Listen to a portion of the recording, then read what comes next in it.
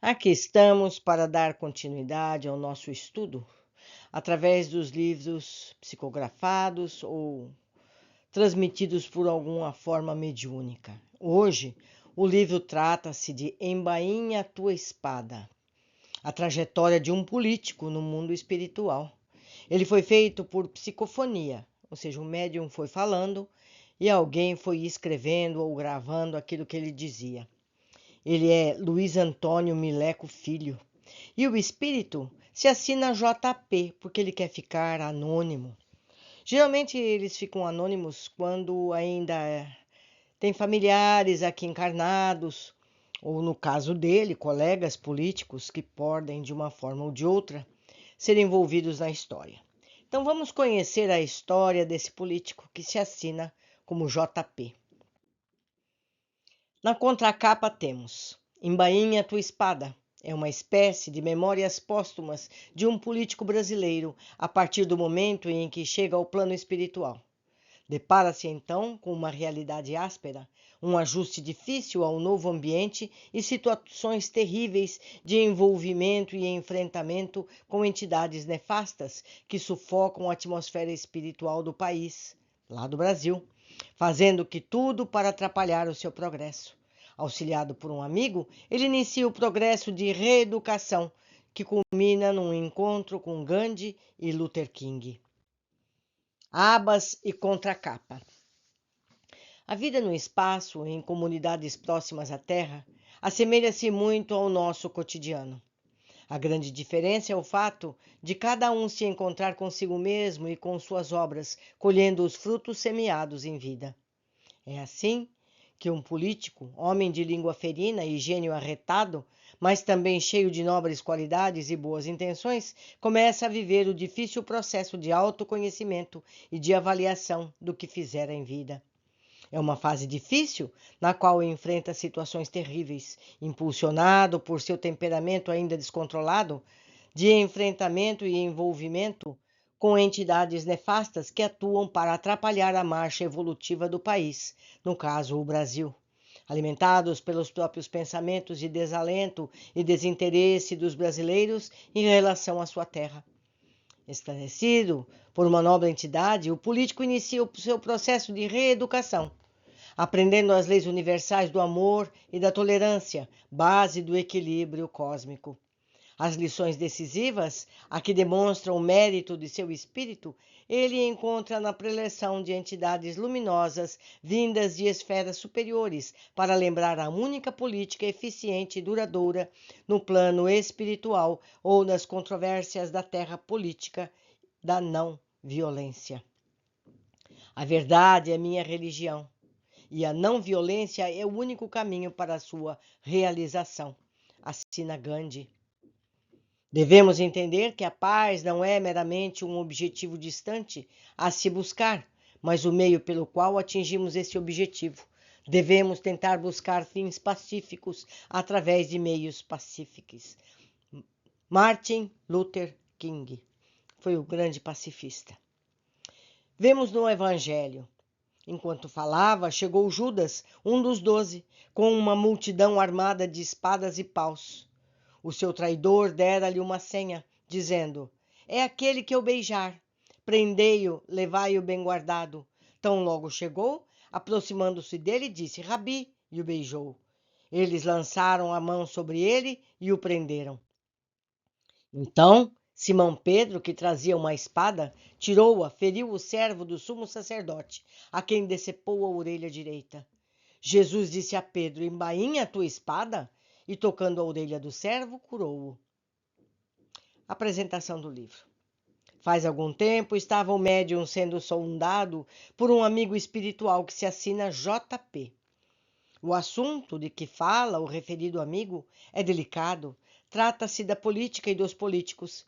Evidentemente, tais questões são levadas de um ponto de vista absolutamente equidistante e elevado. Não se trata aqui da defesa de nenhuma ideologia, a não ser a da não violência.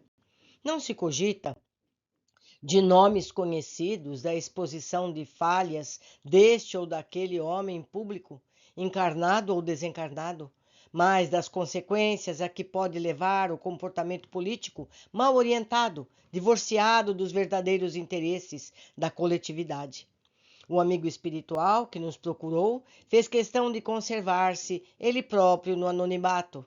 Só aceitamos suas comunicações após muito recolhimento e muita reflexão. A única coisa que estamos autorizados a revelar a seu respeito é que se trata de um político, nada mais, nada menos. Os fatos, por ele narrados, ocorreram com ele mesmo e com outras figuras às quais, igualmente, ele dá pseudônimos, como Herrera, Sanches, Creso, Xenofonte, Clécius e outros.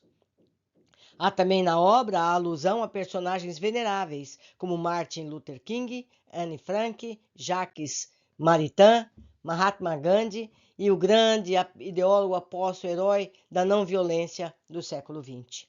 O exemplo do que fizeram os amigos espirituais, Marius de Delfos, JP, antes de aludir a qualquer personagem conhecido, apresentava à nossa tela mental a fisionomia desses personagens e, ao sairmos em campo, a fim de pesquisar a autenticidade desse fato, ele era plenamente confirmado, como aconteceu com Anne Frank, cuja fisionomia se nos apresentou franzina e sorridente. JP ofereceu-nos outras provas, sobre as quais pedimos vênia para silenciar, uma vez que elas se referem mais intimamente ao médium. Ao longo de suas comunicações, o amigo a que nos referimos várias vezes nos advertia com relação a situações perigosas vividas pelo país, das quais, ao receber as referidas mensagens, não tínhamos conhecimento, mas que depois se confirmavam. Por exemplo, no dia em que se configurou a delicada crise entre os poderes, em 1994, falava-nos ele dos perigos sérios que rondavam a democracia. Só por ocasião do regresso ao lar foi-nos possível obter pelo rádio a confirmação da referida advertência. Esta e outras provas fizeram com que JP conquistasse a nossa confiança. Assim, oferecemos ao leitor essas anotações, rogando a Deus nos abençoe, abençoe o amigo espiritual e tantos quantos o lerem. Ficaríamos felizes se pelo menos um político tomasse conhecimento destes fatos e sobre eles refletisse tão profundamente quanto possível. Que Deus nos abençoe. Luiz Antônio Mileco Filho. Prefácio. Amigo, embainha a tua espada. Se me conhecesses, se soubesses quem sou, certamente responderia. O panfletário de ontem, o atrabiliário volta do além-túmulo pregando a moderação, a contenção na linguagem? Fará o diabo, depois de velho, virado ermitão? Que autoridade possui semelhante espírito para aconselhar-nos a embainhar a espada? Ele que não cessou de empunhar a sua contra os adversários, ainda que a nível verbal.